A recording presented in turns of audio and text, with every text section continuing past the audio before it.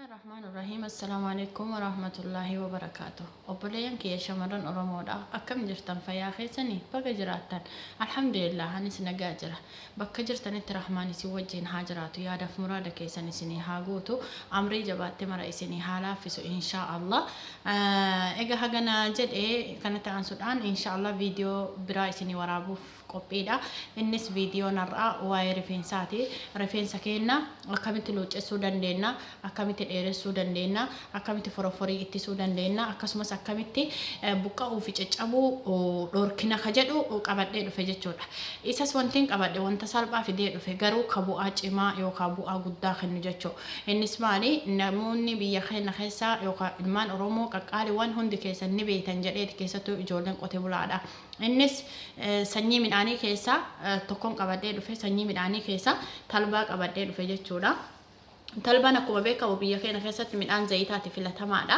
Hedduu beekamaadha jechuudha. Faayidaas hedduu qaba. Waa tokko lamaa fi miti garuu biyya keenyatti wanti hin baratamin talbaan nyaataaf malee wanta biraatiif fayyada kan jedhu san wajjin laalla jechuudha. Talbaan rifeensa mataa keenyaa dheeressuu, foroforii balleessuu, jajjabina irraa gara laafinaa yookaan gara luuccaa jijjiiruu fi buqqa'uu fi caccabuu rifeensa keenyaa ittisuuf fayyada jechuudha. Hayyee akkamitti fayyada? Akka itti fayyadu isin agarsiisa inshaallah. Itti dursee osoo isin agarsiisneen dura biqiltuun kun biyya Arabaa keessatti jarjiir jedhamee waamama. Jarjiirri kuni nyaata warreen Arabaa jechuun akka salaaxaa yookaan immoo akkanumatti baala isaa akka baala raafuu jira. Akkanumatti nyaataniidha yeroo misaa yookaan immoo qadaan dhiyaatu hundaa'u akkanatti kan dhiyaatudha jechuudha. Ni nyaatama. Hedduu waan gaarii qaba. Mineraala hedduu of keessaa qaba jechuudha. Keessattuu shamarraniif yookaan dubartootaaf hedduu filatamaadha jechuudha nyaanni kun. Kanaaf mineraalli as keessa jiru hedduu fayyada. Qaamatti keenyattis nyaannu, keessattis nyaannu, alaan rifeensa keenyattis fayyadamnu bu'aan inni kennu hedduu guddaadha jechuudha. Kanaaf obboleeyyan kiyya warri nyaachuu jibbitanis rifeensa keessan akka nyaachiftan kabajaa fi jaalalaan isin gaafadha. Amma faayidaan isaatii fi faayidaan talbaan rifeensa keenyaaf kennu tokkodha jechuudha. Eerran isinii deebi'a. Talbaan rifeensa laaffisuu, dheeressuu, foroforii balleessuu, caccabuu fi buqqa'uu dhorkuudhaaf fayyada. Akkasuma jarjiirri kunis sanumaa jechuudha. Kanaaf lachuu walittis fayyadamuu ni dandeenya, kan argannettis fayyadamuu hin dandeenya. Yoo jarjiira qabaattan jarjiiruma fayyadamtan, yoo immoo agartee talbaa qabaattanii jarjiiras qabaattan lachuu walitti maktanis fayyadamtan. Yookaan yoo talbaa qabaattan talbaas adda isaa fayyadamuu dandeettanii jechuudha. Hayyee akkaataan itti fayyadaminsi isaa akkamii warra jettanii fi talbaarraa ka'aa jechuudha. Talbaa akkuma argitan kuni talbaadha. Talbaa fal'aana nyaataa lama nama tokkoof fal'aana nyaataa lama gahaadha yookaan tokko gahaadha jechuudha. Isumatu kireemii yookaan immoo zayita mataa rifeensaa baha jechuudha.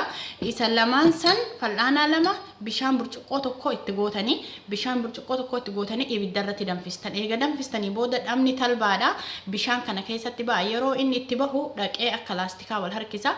Dhamti isaa guutuun itti bahee jechuudha. Kana booda bishaan isaa kana rifeensa keenya dibannaa fakkeenyaaf ani qopheessatiin jira akka argitan kanatti bishaan burcuqqoo tokkooti miti maankaa sukkaaraa kana lama itti godhe fal'aana taqriiban fal'aana nyaataa tokko jechuudha. Fal'aana nyaataa tokko talbaa bishaan burcuqqoo tokko itti godhe. Kanaaf amma kunoo akka argitan kana jeelii fakkaatee bahee jira. Jeelii fakkaata yookaan immoo akka jeeliititti wal harkisa. Kunoo akkuma argaa jirtan kana hedduu wal harkisa jechuudha bishaan isaa. Jeelii tahee jira. Isa kana amma wanti nuti mataatti fayyadamnu yookaan rifeensa keenya fayyadamnu fakkeenyaaf amma ani sahana kana qopheessatiin jira. Asittiin keessaa gingilcha yookaan dhimbiibaa jechuudha. Bismillah. Haala kanaan jeelii isaa akkuma argaa jirtan baay'ee wal qabaa waan ta'eef hin dhimbiibamus hedduu rakkisaadha jechuudha. Uffataan keessaa baasuun ni dandahama. Uffataan keessaa firee kana baasuun hin dandahama jechuudha. Kanaaf hundi keessan akka irraa fayyadamtan abdii guddaa qaba. Rifeensa keenya hedduu dheeressa. Hedduu rifeensa keenya dheeressa waan taateef dheeressuu qofaa miti obboleeyyan kiyyaa. Foroforii balleessa, baakteeriyaa mataa rifeensa keenya irratti jiru hunda isaa nurraa balleessa jechuudha. Fakkeenyaaf amma kunoo akka argitan wanta akka qibaatii kana baasetiin jira jechuudha. Kunoo qibaatiidha. Hedduu waan nu jedhe jechuudha. Kana gizuma ho'aa san daddaftanii osoo inni hin ititin yoo keessa dhimbiibdan deebiftanii jarjiira kana wajjin khallaaxaa yookaan waan itti daakamu tokko keessatti daayitanii walitti jechuu amma fakkeenyaaf kana eega dhimbiibeen boodatti ka dhimbiibe kanaa fi kana walitti makee jarjiira kana ciree walitti makeetiin khallaaxaa keessatti daaka jechuudha.